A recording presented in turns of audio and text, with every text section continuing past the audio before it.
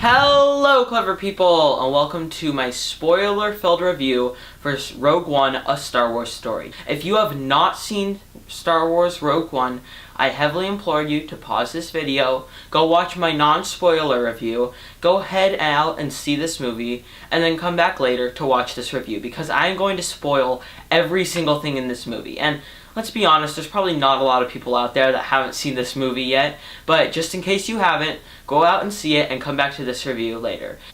So Rogue One, A Star Wars Story is a movie that practically every Star Wars fan was looking forward to, simply because it was going to be a different Star Wars movie. Every single Star Wars movie before then, other than the Clone Wars movie, was an episodical film revolving around the Skywalkers. But this was really the first one where we got to go somewhere else and learn about different new characters. Add to that some very good trailers that displayed a war feel. That's part of the reason why everyone was looking forward to this movie. So, in case you didn't see my non-spoiler review, you'll know that I did really like Rogue One.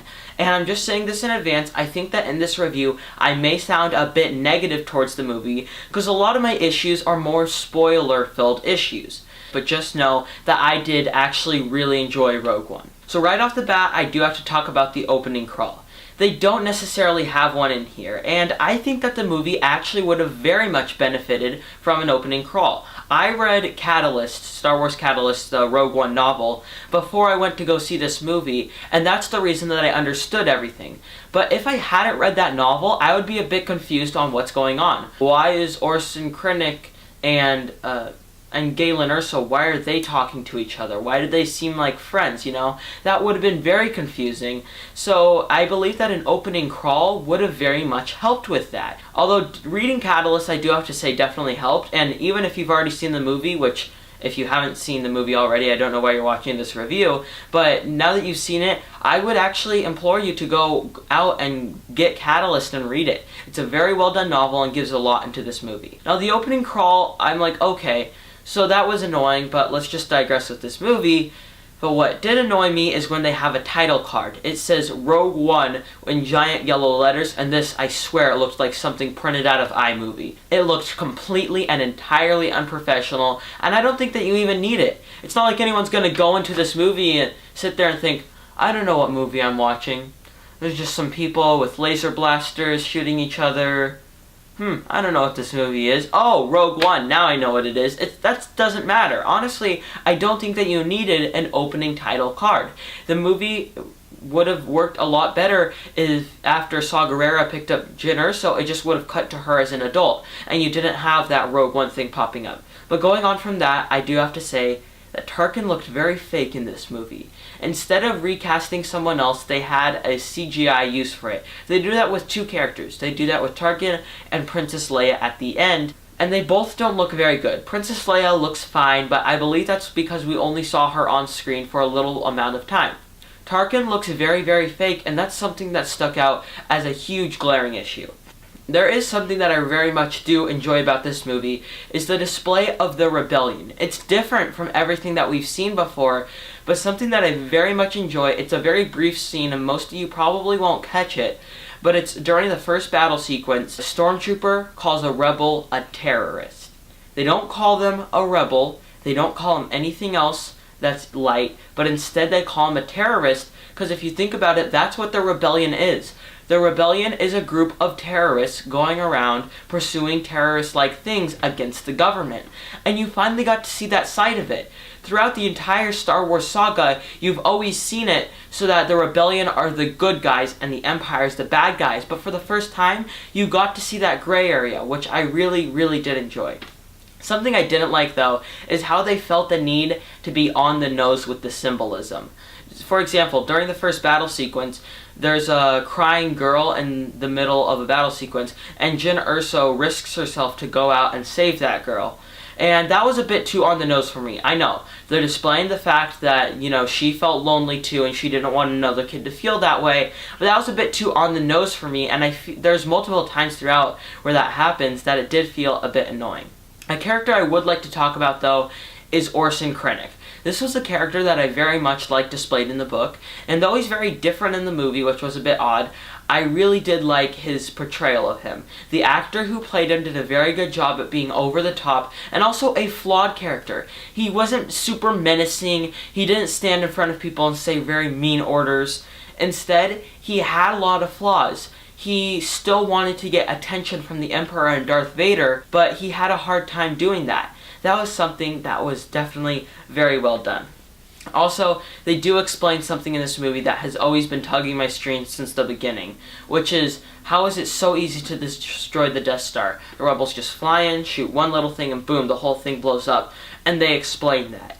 And I really did enjoy that they actually gave reason to that, and it enhanced my viewing experience of Star Wars. I view it in a very different way now, thanks to this movie, which is the biggest compliment I can give Rogue One. Something else I liked was the reoccurring theme of fear of the Empire. Characters are constantly scared of this giant menacing thing. Whether it's just a shot of stormtroopers going inside people's houses just to try to find rebels, or things like that. It was definitely a very well conveyed theme.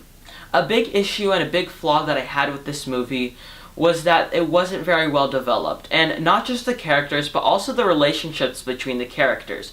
I'm forgetting the actor's name now, but there was a blind person and a guy with a giant gun. And those two characters were supposed to be really, really great friends, and that made it so that when the blind person passes and the guy with the gun, goes up to him and hugs him, it didn't necessarily make sense because you didn't get to see any development for their relationship.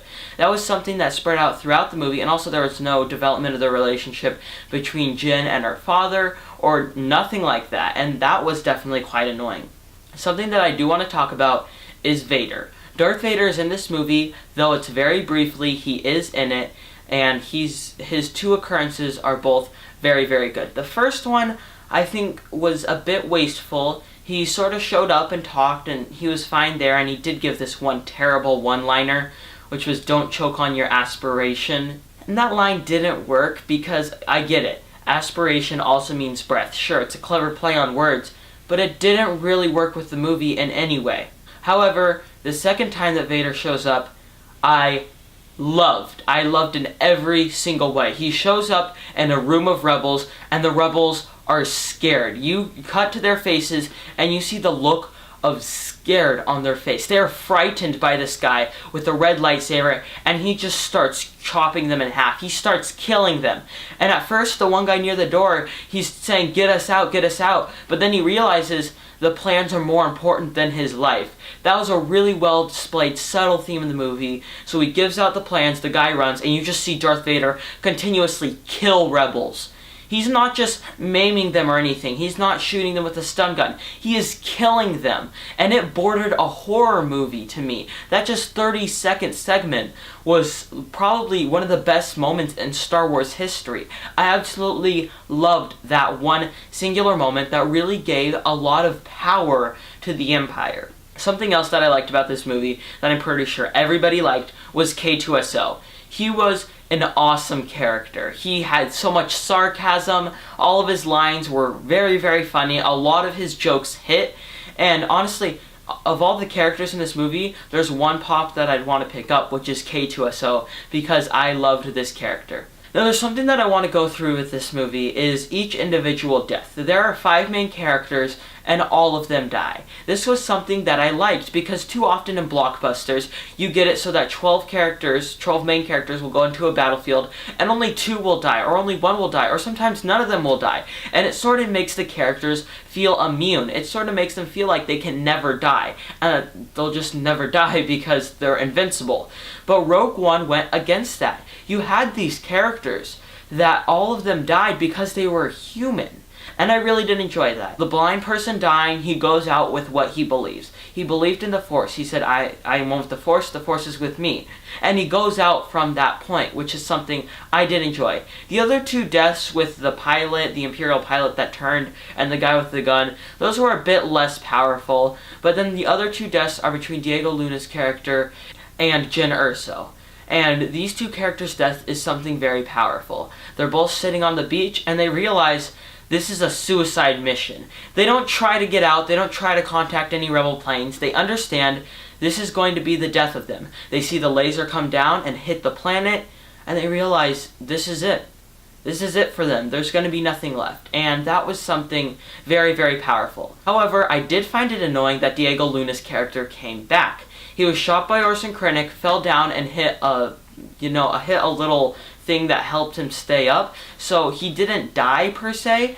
But here's my big issue with that, is that the way that Jyn Erso got out and onto the top was by doing this insane parkour thing where she jumped up to something and there was a giant hole that would open and then close. How could a person in the terrible position that Diego Luna was in, to the point that he couldn't stand up straight, how did he get through that? That was definitely a huge consistency error, and there are a few consistency errors throughout this movie. One of them is the destruction of a planet in the Death Star, which made absolutely no sense. The laser comes down, hits it, and the planet starts crumbling, and you never really see a planet destroyed completely. And I may have listed a few lines of dialogue that said that they had it on a certain way so that when it hit the planet it would only destroy a certain part of it.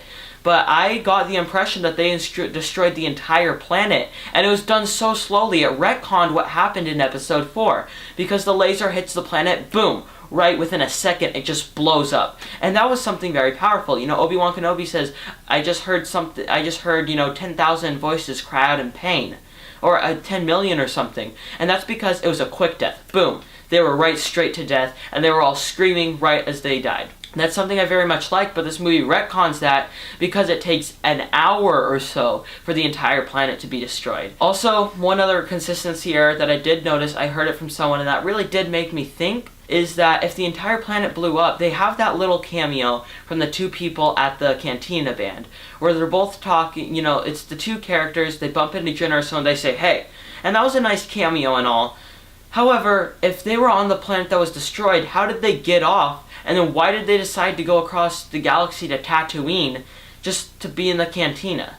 That made absolutely no sense. And that was definitely the weakest cameo in the movie. You do have a few other cameos. One of them is from Princess Leia, which was a very well done cameo. Towards the end of this movie, I got chills throughout my body. My heart started racing quickly because it was Leia on screen. The entire theater got so excited and everyone was cheering at that cameo. You also have the cameo between R2-D2 and C-3PO. And sure, it's nice that R2-D2 and C-3PO are now in every single Star Wars movie. That's something that I do think that we need to get over, but they were in it, that's fine. It was just there. It didn't get me excited, it didn't anger me, it was just sort of there, and that was an okay cameo. Moving on, another, tribute to the original trilogy was, I've got a bad feeling about this. That's a very iconic line that K2SO says, and I gotta say, that landed very, very well. Also, one other thing is that I really did enjoy how they brought back the original Blue Squadron and Gold Squadron footage from A New Hope. Or Star Wars. They brought it back, and I really do enjoy how they did that. It was just there, they didn't gloss over it, but it was just a quick little thing, and I really enjoyed that. And by far, what I most love about Rogue One is how mature it is. I know I said this in my other review, but I do really enjoy how mature this movie felt.